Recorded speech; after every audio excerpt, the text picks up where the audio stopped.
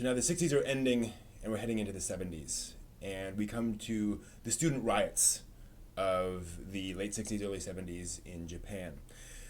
To be reductive, a number of college students and quite a few high school students began protesting about Japan's involvement in the Vietnam War, which was it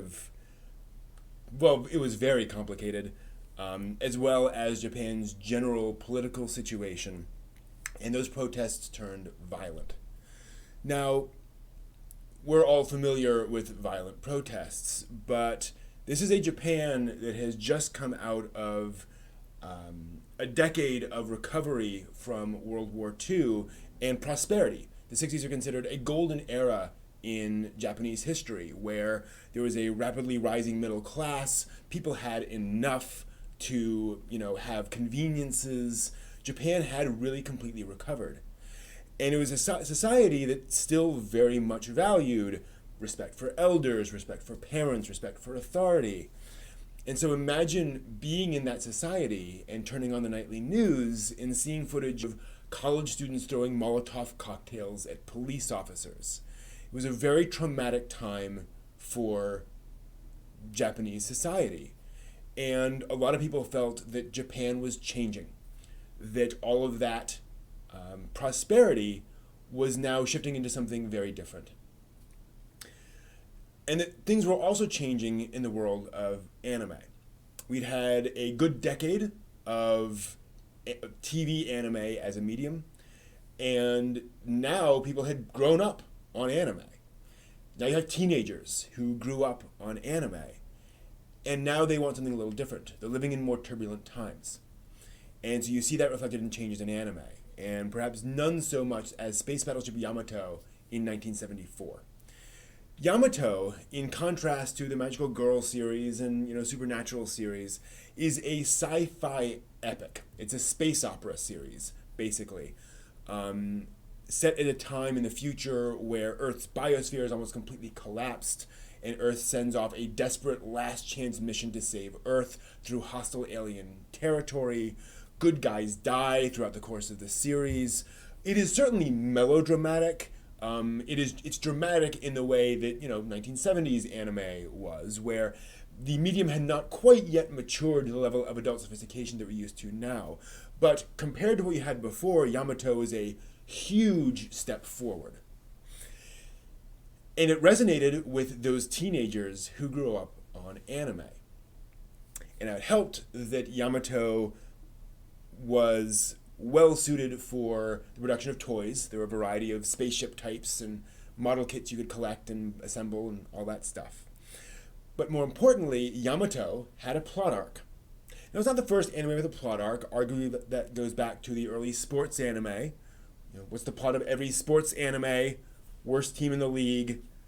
Wunderkind kid shows up, and now they have a shot at nationals, and we see them, progress. But Yamato has a plot on the level of an actual sci-fi novel plot. Things evolve in a more complex way than it does in most sports anime plots. Nothing against them.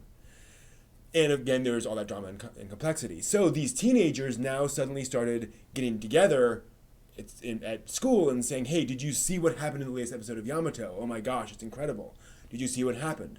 And they'd get together and talk about it. And every week they get together and talk about it. And they started forming clubs to get together and talk about what was happening in Yamato. And they started forming anime fan clubs. Now, it is not that the Yamato marks the very first anime fan club. Those existed before. But when you look at the size of anime fan clubs in terms of the number of them, there is a huge increase when Space Battleship Yamato comes out. Yamato, in a way, is largely responsible for creating otakudom as a large-scale force, i.e. the idea of anime fans really coalesces around Yamato. Again, they existed beforehand, and they would evolve quite a bit afterwards, but you really start to see them as a significant size of people who are now they now have clubs that are talking back and forth to each other and producing newsletters and so forth. And really, Yamato is crystallizing that in this very dark, serious show. So now I want you to imagine being an animator at this point. Anime's been around for a decade. Your studio has now grown, and you've now produced enough anime that you can start to specialize. You may have animators who have shown themselves to be particularly good at, say, drawing animals. So you're taking on more of the adaptations of The Call of the Wild and that kind of stuff. The stories still aimed at a young audience, but having a lot of animal characters. Or maybe you specialize in sci-fi and space stuff. So you can draw a lot of spaceships. And moreover, you're now working regularly with sponsors, with companies that are producing merchandise, and the process is now kind of standardized. You have the companies that you've been working with for a little while on merchandise and such, and so you now have a pattern that you can grow. And now that you have this teenage audience that's more interested in a plot-driven show, and that can buy more expensive merchandise, potentially, and more sophisticated merchandise, suddenly your options have grown quite a bit. Certainly, there's tons of things you can market to kids. But when you're selling, say, model kits, you can be a lot more sophisticated in terms of the complexity of those model kits and the details of those model kits. And you can really hone in on the specifics of your world in those, because those are, higher quality materials. Now, this is still, a ways off in terms of its full fruit, but you're starting to see that with some of the stuff in the 70s, particularly around a lot of the mecha series coming out in the 70s. And so you see animations start to get darker and more complex over the course of the 70s. And I think you really see that in full force in two anime that came out in 1979, the end of the decade. The first is The Rose of Versailles, a shoujo series, a seminal shoujo series, set in the time of Marie Antoinette and very loosely based on the court in France at that time. It is very melodramatic, very soap operatic, as opposed to Yamato's space opera.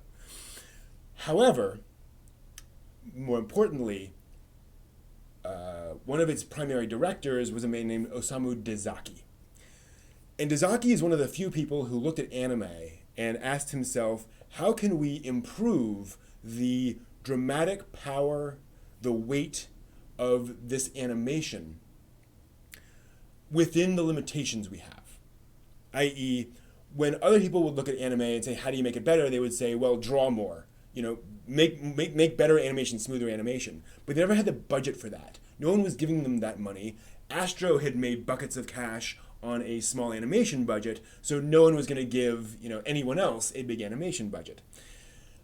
What Dezaki did is looked at different camera techniques, different ways of moving the camera, and different visuals that would push things forward, much like the staff of Astro did back with Astro Boy. Have you ever seen an anime series where after a dramatic sequence, suddenly you'll freeze frame on this watercolor drawing of all the characters? That's a thing commonly called a postcard memory. And it's meant to perfectly capture kind of the emotion of the moment. That's something that Dezaki pioneered, and you see it in The Rose of Versailles. It is a way of telling the audience to pay attention to this exact visual because it communicates something very important visually with a single drawing. And that's the kind of thing Dezaki did. And you really see anime begin to evolve from a visual perspective. All sorts of visual tricks start appearing around Rose of Versailles to make anime a more intricate approach to animation. The other show of 1979 that really changed things was Mobile Suit Gundam, which you've probably heard about. It's one of the biggest franchises in anime. It is a giant robot anime series. And it's important for a couple of reasons. One is that actually it helped to change the overall sort of format for mecha series. In fact, it coined a whole new subgenre of mecha series.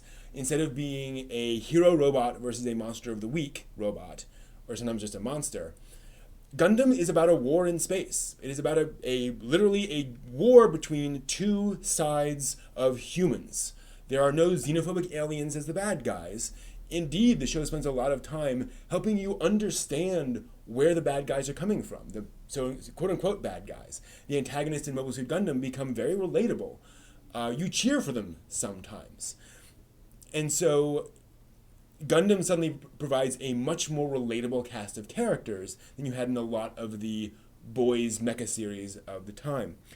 It also has a much more complicated, much more plotty plot over the course of its 43 episodes. In other words, it feels much more like a 20-hour story chopped into half-hour chunks than most of the other anime before it. Yamato, for example, certainly had a plot arc, but each episode is more or less self-contained, with little bits, referring back to or setting up things in later episodes. Gundam felt much more of a carefully laid out plot that you're following over the course of time.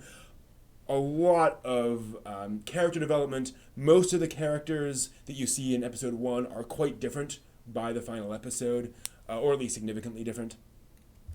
And so Gundam brought in sophistication in storytelling and a much more mature approach to the story being told to its audience.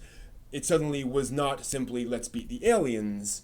It was, why are we fighting war?